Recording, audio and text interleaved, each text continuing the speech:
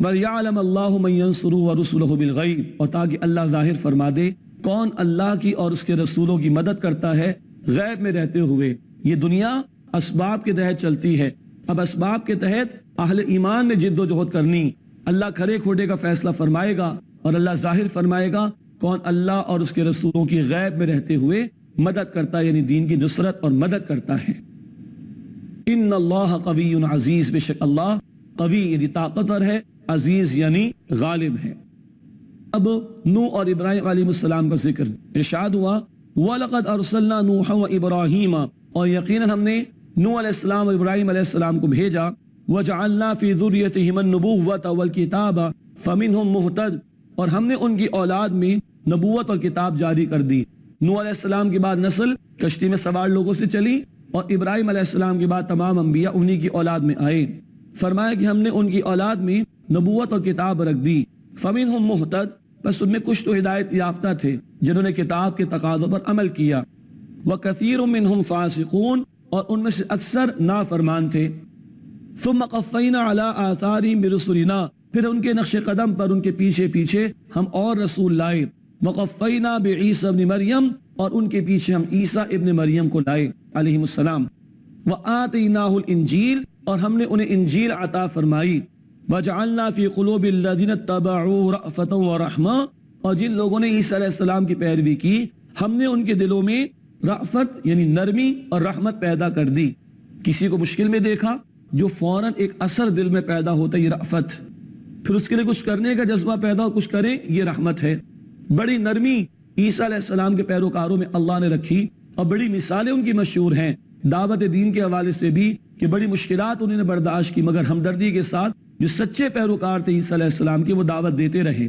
مگر ایک بگاڑ ان میں آ گیا رہبانیت کا۔ یہ ایک اور وجہ ہے جس پہ پڑھ کر لوگ دین کے انقلابی جد و جہد سے دور ہوتے ہیں۔ کچھ وہ لوگ ہوتے ہیں دنیا کی محبت کی مذمت کر دی گئی آیت نمبر 20 اور 21 میں، کہ اس دنیا کی محبت میں ڈوب کر بندہ دین سے فرار اختیار کرتا ہے۔ اب کیا ہوتا ہے، لوگ دنیا کو ترک کر کے اپنی عبادت میں لگے رہتے ہیں اور من چاہی باتوں کو دین کے نام پر اختیار کر لیتے ہیں۔ یوں بھی شیطان کا کام آگے بڑھتا ہے اور معاشرے میں دین کا حکم پامال ہوتا ہے۔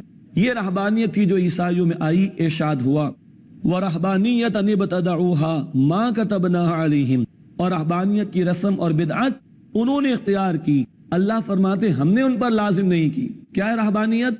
دنیا کو چھوڑ دو، شادی نہ کرو، دنیا کی لذتوں سے بھی فائدہ نہ اٹھاؤ، جائز لذتوں کو بھی چھوڑ دو۔ یہ غیر فطری طرز عمل تاریخ بھری ہوئی عیسائیت کی۔ ان کے بڑے بڑے تہخانے جو چرچز میں تھے، وہاں ناجائز طور پر پیدا ہونے والے بچوں کی لاشیں اور کھوپڑیاں ملتی رہیں۔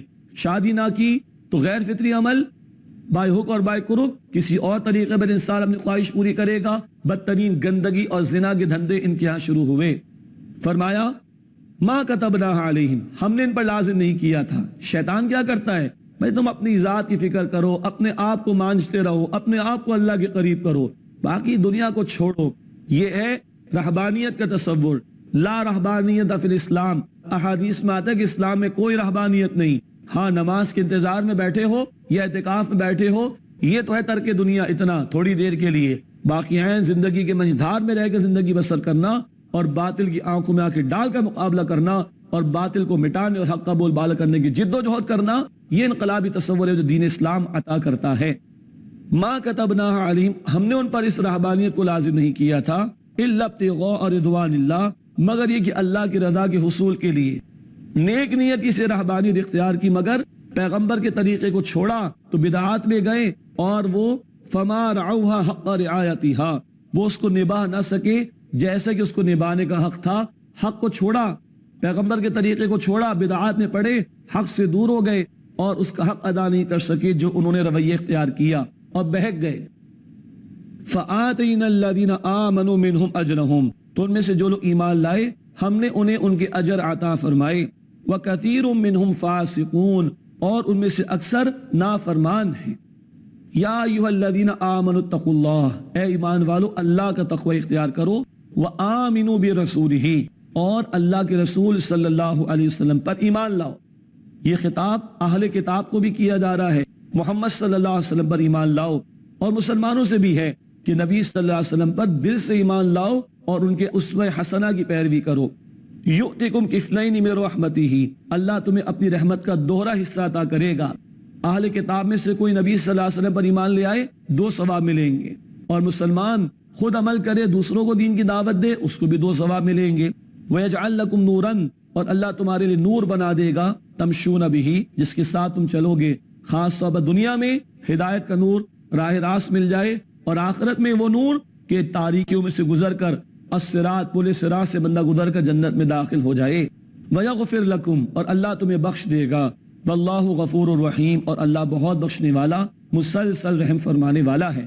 اہل کتاب کو توجہ دلائی جا رہی، لِأَلَّا يَعْلَمَ أَهْلُ الْكِتَابِ أَلَّا يَقْدِرُونَ عَلَى شَيْءٍ مِّن فَضْلِ اللَّهِ، تاکہ کہیں اہل کتاب یہ نہ سمجھ بیٹھے کہ وہ اللہ کے فضل میں سے کسی شے پر کوئی اختیار نہیں رکھتے۔ وَأَنَّ الْفَضْلَ بِيَدِ اللَّهِ، اور فضل تو اللہ کے ہاتھ میں ہے۔ مایوس نہ ہو جاؤ اے اہل کتاب، آخری رسول محمد صلی اللہ علیہ وسلم پر ایمان لے آؤ تو اللہ کے فضل کے مستحق بن جاؤ گے، اس کی رحمت کے مستحق بن جاؤ گے۔ وَأَنَّ الْفَضْلَ بِيَدِ اللَّهِ، اور فضل یقیناً اللہ کے ہاتھ میں ہے۔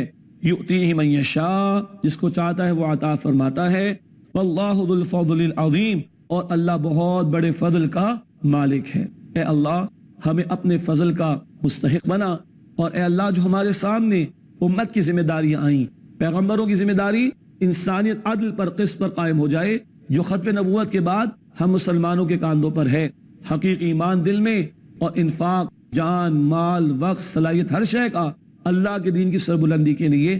اے اللہ ہمیں اس جد و جہد کے لیے قبول فرما، ہمارے سامنے دین کے تصور کو واضح فرما، اور اپنے دین کی سربلندی اور عدل کے نفاذ اور ظلم کے خاتمے کے لیے اے اللہ ہمیں جان و مال سے جہاد کرنے اور محنت کرنے کی توفیق عطا فرما، تاکہ اے اللہ ہم تیرے فضل کے مستحق بن جائیں۔